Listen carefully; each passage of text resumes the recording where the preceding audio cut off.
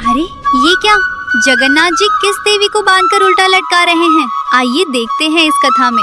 श्री मंदिर में आज एकादशी के दिन भात बन रहा है। हाँ, भात बन रहा है, दाल बन रही है, अनेकों प्रकार के व्यंजन और तरकारियाँ बन रही हैं। अरे इस कलयुग में जहाँ एकादशी के दिन भात खाना तो दूर की बात, उसका विचार करना भी महापाप माना जाता है। वहाँ श्री क्षेत्रपुरी के जगन्नाथ मंदिर में आज उत्सव का माहौल है। भक्तगण आनंद बाजार में बैठकर तृप्त होकर महाप्रसाद पा रहे हैं। आखिर ऐसा क्यों यहाँ एकादशी माता का चाबुक नहीं चलता? बात उस समय की है जब सतयुग का सवेरा था। भगवान विष्णु के श्री अंग से एक परम तेजस्वी शक्ति उत्पन्न हुई, जिनका नाम था एकादशी देवी। उनका जन्म ही इसलिए हुआ था कि वे संसार से पाप का नाश कर सके। ठाकुर जी ने उन्हें निहारते हुए एक विशेष वरदान दिया। बोले, देवी, महीने में 2 दिन तुम्हारा रास चलेगा। जो भी मनुष्य उस तिथि पर अन्न, विशेषकर चावल पाएगा, उसके सारे संचित पाप उस अन्न में समा जाएंगे, और जो तुम्हारी शरण में रहकर व्रत करेगा,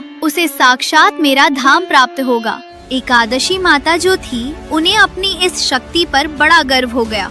हो भी क्यों ना, तीनों लोकों में उनका भय था। स्वर्ग हो या पाताल, उस दिन कहीं चूल्हा नहीं जलता था। पापी से पापी मनुष्य भी एकादशी के दिन चावल को छूने से कांपता था। अपनी विजय पताका फहराती हुई अहंकार में डूबी एकादशी माता एक दिन नीलांचल धाम यानी हमारे जगन्नाथपुरी पहुंची। जैसे ही उन्होंने मंदिर के सिंह द्वार में अपना पहला कदम रखा, उनको लगा कि शायद वे रास्ता भटक गई हैं। उनका दिमाग चकरा गया। आज एकादशी की पावन तिथि थी, पर यहाँ का नजारा तो बिल्कुल उलट था। आनंद बाजार में हजारों भक्त बैठे थे। कोई भूखा नहीं था, कोई प्यासा नहीं था। सबके सामने मिट्टी के कुल्हड़ों में गर्मा गर्म अन्न परोसा जा रहा था। भक्त बड़े चाव से जय जगन्नाथ का उद्घोष करते हुए उस भात को पा रहे थे। एकादशी माता का क्रोध 7वें आसमान पर पहुँच गया।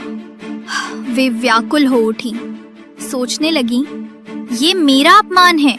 मेरे ही दिन यहाँ चावल? क्या जगन्नाथ जी मेरा नियम भूल गए? क्या उन्हें मेरी शक्ति का भान नहीं?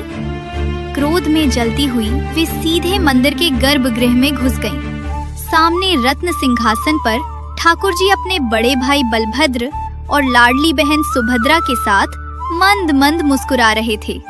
एकादशी माता ललकार कर बोली, प्रभु, ये क्या अनर्थ हो रहा है? आपने ही तो मुझे वरदान दिया था कि एकादशी को चावल में पाप पुरुष का वास होगा। तो आज आपके इस धाम में ये पाप की गंगा क्यों बह रही है? रोकिए इन भक्तों को, वरना मेरा श्राप सबको भस्म कर देगा। ठाकुर जी ने बड़े प्रेम से देखा और शांत स्वर में बोले, देवी, शांत हो जाओ। तुम देख रही हो, वो साधारण चावल नहीं है, वो कैवल्य है। वो मेरा महाप्रसाद है। ये साक्षात मेरी जूठन है, और मेरी जूठन में कभी कोई पाप निवास नहीं कर सकता। इसके सामने कोई तिथि, कोई नक्षत्र, कोई नियम बड़ा नहीं है। परंतु एकादशी माता का अहंकार जो था, वो बहुत बड़ा हो चुका था। उनको लगा कि भगवान केवल अपने भक्तों का पक्ष ले रहे हैं। वे जिद पर अड़ गईं। बोली, नहीं प्रभु, नियम तो नियम होता है। अगर सारी दुनिया चावल नहीं पा रही, तो पुरी में भी कोई नहीं पाएगा। मैं अभी जाकर उन भक्तों के पत्तलों से वो अन्न छीन लूंगी। जैसे ही एकादशी माता पलटी और उन्होंने महाप्रसाद को रोकने के लिए अपना हाथ उठाया, तभी अचानक मंदिर का पूरा वातावरण बदल गया। ठाकुर जी की वो प्यारी सी मुस्कान ओझल हो गई। उनकी बड़ी बड़ी गोल आँखों में वो तेज आ गया जो प्रलय ला सकता है, क्योंकि ठाकुर जी सब कुछ सह सकते हैं। अपना अपमान सह सकते हैं, लेकिन अपने भक्त और अपने प्रसाद का अपमान उनसे सहन नहीं होता। ठाकुर जी की एक हुंकार गूंजी, जिसने पूरे नीलशैल पर्वत को हिला दिया। वे कड़क आवाज में बोले, रुको देवी, तुमने मेरे महाप्रसाद को पाप कहने का दुस्साहस कैसे किया? क्या तुम भूल गई हो कि ये महाप्रसाद साक्षात ब्रह्म है? इसके सामने वेद, पुराण और स्वयं तुम जैसी शक्तियाँ भी छोटी पड़ जाती हैं। पर प्रभु, नियम तो आपका ही बनाया हुआ है। अगर आज भक्त चावल पाएंगे तो मेरा व्रत खंडित हो जाएगा। मेरा मान कहाँ रहेगा? सुनो एकादशी, मंदिर की इस चौखट के बाहर पूरी दुनिया में तुम्हारा ही राज चलेगा। वहाँ जो भी अन्न पाएगा, उसे निश्चित ही पाप लगेगा। लेकिन ये श्री क्षेत्र है, ये मेरी पुरी है। यहाँ केवल एक ही नियम चलता है, प्रेम का नियम। यहाँ मेरे हाथ से निकला हुआ एक एक दाना अमृत है। यहाँ तुम्हारा कोई बस नहीं चलेगा। लेकिन एकादशी माता फिर भी नहीं मानी। वे बोली, मैं ये अन्याय नहीं होने दूंगी। मैं इसी सिंह द्वार पर खड़ी रहूंगी और जो भी भक्त यहाँ महाप्रसाद पाएगा, मैं उसके सारे पुण्य छीन लूंगी। अब ठाकुर जी का धैर्य समाप्त हो चुका था। उन्होंने अपनी योग माया का आह्वान किया। बोले, तुम्हें अपनी शक्ति पर बहुत अभिमान है ना? तो आज से तुम्हारी ये शक्ति इस मंदिर की 4 दीवारी के भीतर शून्य हो जाएगी। अगले ही पल एक चमत्कार हुआ। अदृश्य दिव्य जंजीरों ने एकादशी माता को जकड़ लिया। ठाकुर जी के आदेश पर उन्हें मंदिर के ईशान कोण में ले जाया गया और वहां उन्हें उल्टा लटकाकर बांध दिया गया। ठाकुर जी ने श्राप दिया, अब तुम यहीं बंदी बनकर रहोगी। तुम्हारी आंखों के सामने साल के 365 दिन, यहाँ तक कि एकादशी के दिन भी मेरे भक्त पेट भरकर महाप्रसाद पाएंगे। तुम सब देखोगी पर किसी को रोक नहीं पाओगी। यहाँ मेरी आज्ञा के बिना तुम पत्ता भी नहीं हिला सकोगी। एकादशी माता छटपटाने लगी। वे रोते हुए बोली, प्रभु, ये तो घोर अन्याय है। अगर मैं यहाँ ऐसे ही बंदी रहूंगी तो संसार मेरा सम्मान करना छोड़ देगा। क्या भक्त मुझे भूल जाएंगे? उनका सारा अहंकार मिट्टी में मिल चुका था। उन्हें समझ आ गया था कि मर्यादा पुरुषोत्तम के नियम भी उनके प्रेम के आगे हार जाते हैं। ठाकुर जी जो करुणा के सागर हैं, उनका दिल पसीज गया। सजा तो मिल चुकी थी, पर वे तो भक्त वत्सल हैं। उन्होंने बंदी बनी हुई एकादशी माता के पास जाकर एक अनोखा समझौता किया।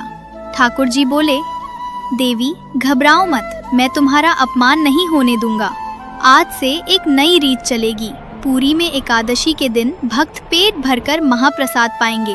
उन्हें कोई पाप नहीं लगेगा, लेकिन तुम्हारे सम्मान की रक्षा के लिए वे उस महाप्रसाद को पाने से पहले अपने मस्तक से लगाएंगे, उसे दंडवत प्रणाम करेंगे और मन ही मन कहेंगे, हे एकादशी माता, ये साधारण अन्न नहीं, प्रभु का प्रसाद है। मैं इसे प्रभु की आज्ञा मानकर ग्रहण कर रहा हूँ। मेरा व्रत खंडित न हो। एकादशी माता इस सम्मान से प्रसन्न हो गईं। उन्होंने वचन दिया, प्रभु, जो भी भक्त इस भाव से पुरी में महाप्रसाद पाएगा, मैं उसके पाप नहीं गिनूंगी, बल्कि उसे 2 गुना पुण्य प्रदान करूंगी। यही कारण है कि आज भी जगन्नाथपुरी दुनिया की इकलौती ऐसी जगह है जहां एकादशी के दिन आनंद बाजार में हजारों भक्त बड़े आनंद से महाप्रसाद पाते नजर आते हैं। वहाँ मान्यता है कि यदि एकादशी के दिन आपको महाप्रसाद मिल जाए और आपने ये सोचकर उसे ठुकरा दिया कि आज मेरा व्रत है, तो वो साक्षात जगन्नाथ जी का तिरस्कार माना जाता है और उसका भारी पाप लगता है। आज भी मंदिर के बेड़ा काली मंदिर के पास एकादशी माता की मूर्ति स्थापित है, जहाँ वे मौन रहकर सब देखती हैं, पर किसी को टोकती नहीं। ये कथा हमें सिखाती है कि धर्म में नियम तो बहुत हैं, पर प्रेम और ठाकुर जी का प्रसाद उन सब नियमों से ऊपर है। क्या आपने कभी ठाकुर जी का वो अलौकिक महाप्रसाद पाया है? अगर कभी पुरी जाए तो नियम के चक्कर में प्रसाद मत छोड़ना। अगर आपको हमारे जगन्नाथ जी की ये लीला पसंद आई हो तो वीडियो को लाइक, शेयर और सब्सक्राइब करना ना भूलें। जय जगन्नाथ जी की, जय एकादशी माता की।